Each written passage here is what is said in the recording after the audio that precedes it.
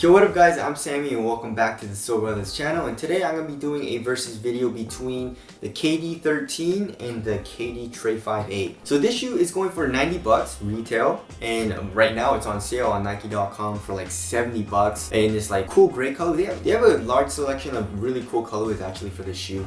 So 70 bucks, super cheap, but retail is 90 bucks. The KD13 is retailing for 150 bucks. So it's a lot more expensive. And is that price jump worth it for you guys? We're gonna find out in this video. If you guys wanna cop either of these shoes, I'll leave a link in the description box. But let's get it started off with the traction.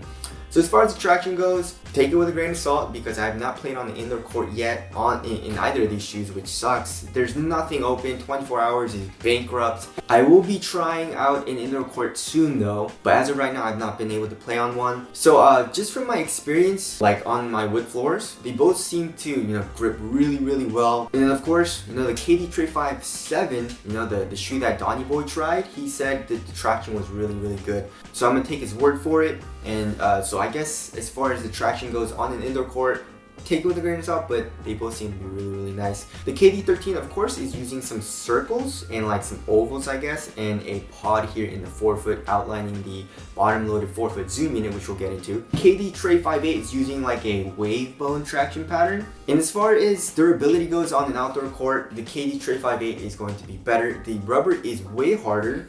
I guess the grooves are around the same, and they're both pretty deep.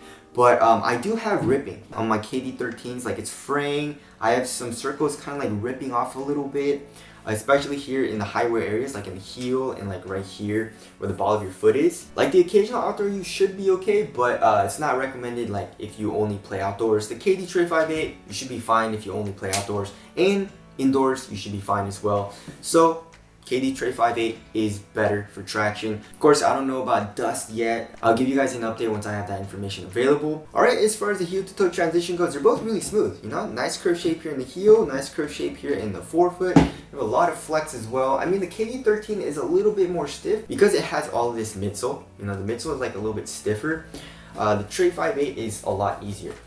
Like this Renew foam is a lot more flexible than this. It does feel a little bit more chunky though here in the heel. Look at all this rubber, right? The KD Trey VIII, it's more just the midsole, and it has a little bit more heel compression, like just from the midsole, right? This is not going to compress at all. Obviously you have the zoom unit which your foot will dig into, but like the overall midsole will not compress. So it feels just a little bit more clunky here in the heel, but that's fine, right? So overall they're both smooth. If you want the overall more smoother heel to toe transition, the KD Trey VIII is better, but they're both good for me, right? Alright, as far as the cushioning goes, obviously for me I will have to go with the KD13, right? The KD Trey VIII is really nice. It's using a full length Renew setup, and like when you first get it, it's really nice. But the thing is, Renew does bottom out, so it kind of sucks. Zoom really never bottoms out, and unless it pops, unless you pop the zoom unit.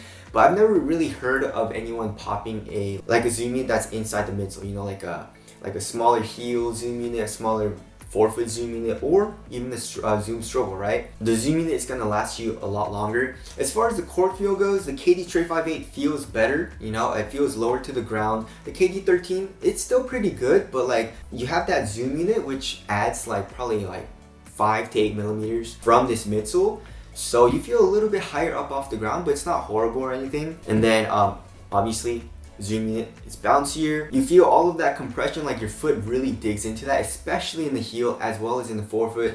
I didn't feel any more bounce from the forefoot, because it is double stacked here in the forefoot, but it's still really bouncy. I like it. Like if the Renew cushioning could stay really soft and really nice, it's like a nice subtle little bounce, nice subtle little compression. It feels a little bit more responsive because the zoom unit, even though you never really feel super slow in it, you feel that compression, you feel your foot dig into the zoom unit when you're kind of jogging, running, doing cuts. So you feel a little bit slower than this, just like a traditional cushion. So if you want something more responsive, I would say go with the KD Trey VIII. If you want, the zoom unit, if you want that bounce, if you want that impact protection, then go with the KD13. Alright, as far as the materials go, the materials is something that boggles my mind. It is what? It's like $60 in price difference.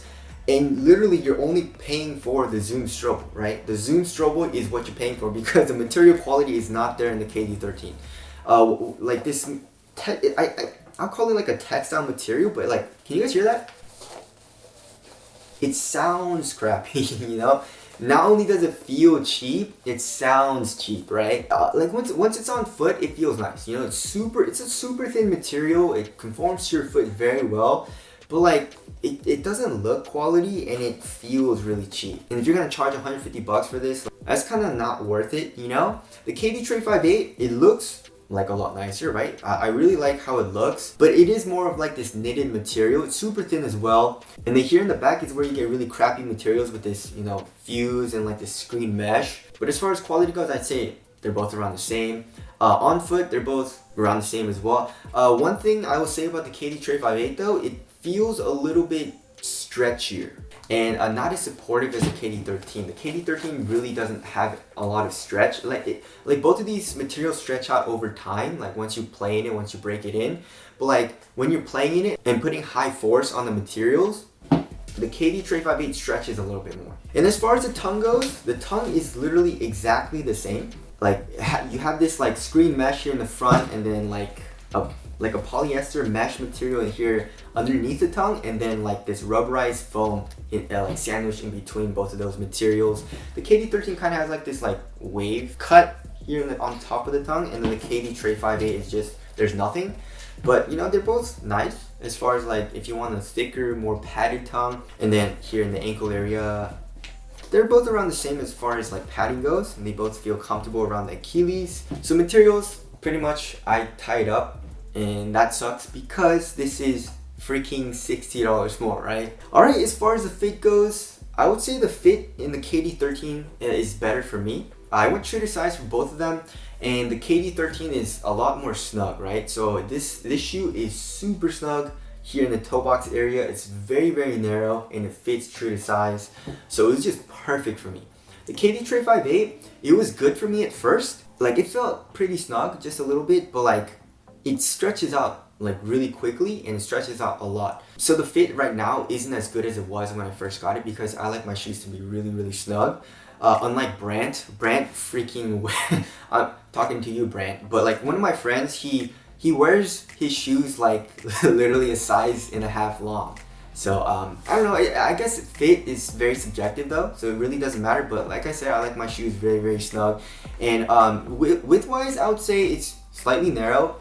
It runs a tiny bit long, and there's a little bit more toe space than the KD13. So for me personally, I like the KD13. If you want like the more roomier fit, even though this isn't super roomy, it's just more roomy than the KD13, then go with the KD Trey 5.8. Alright, as far as support and lockdown goes, it's something I'm gonna need to give to the KD13 as far as like just lateral containment goes, because I had some issues with the KD Trey 5.8, right where my pinky toe is, right? So I thought this was gonna be enough. I mean, I guess that does help, but like my pinky toe was kind of sliding out on lateral movements in the KD Trey 5.8. I had no issues with the KD13. I don't know why. Maybe this swoosh helps a little bit because there's really nothing either. Or maybe the suede material helps a little bit with support. I don't know.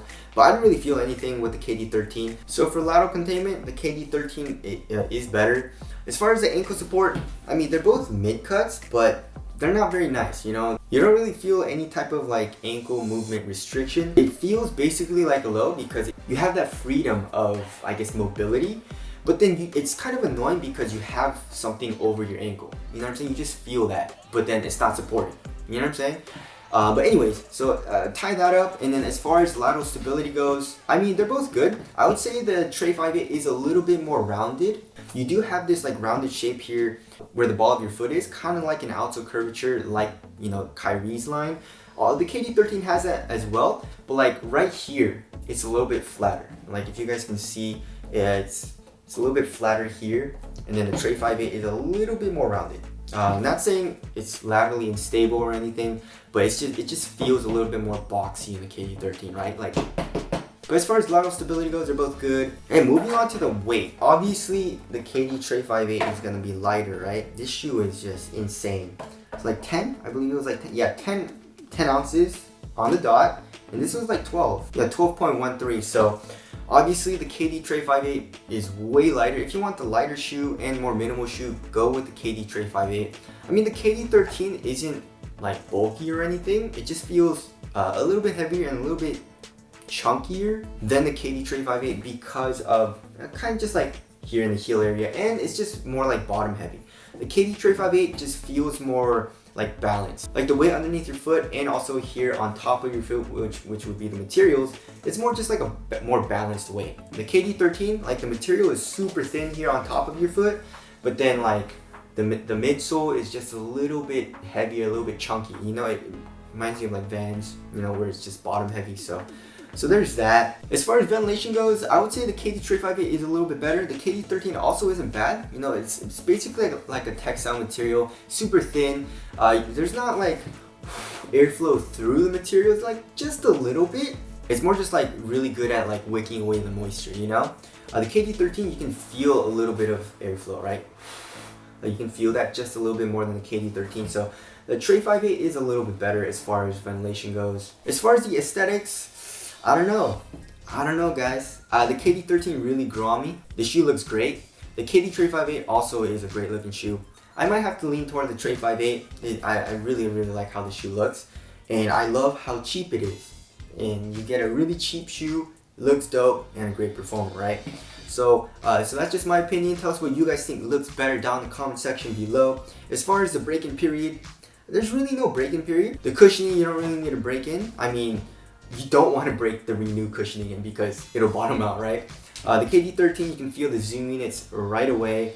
The materials, I mean, I guess the KD 13, it does get a little bit softer, you know, if you keep playing in it. But, you know, there's really no pinching or anything. You don't need to break it in so that it gets, like, not painful. And then, of course, this material is just incredibly comfortable once you, like, right when you get it. So, no break-in period or anything for either of these shoes. So, wrapping things up, in my personal opinion, like what shoe I like better as far as the performance goes, I would have to go with the KD 13. Right, traction, both incredible. Cushioning, I like better in the KD 13. Materials are just, you know, tied up or whatever.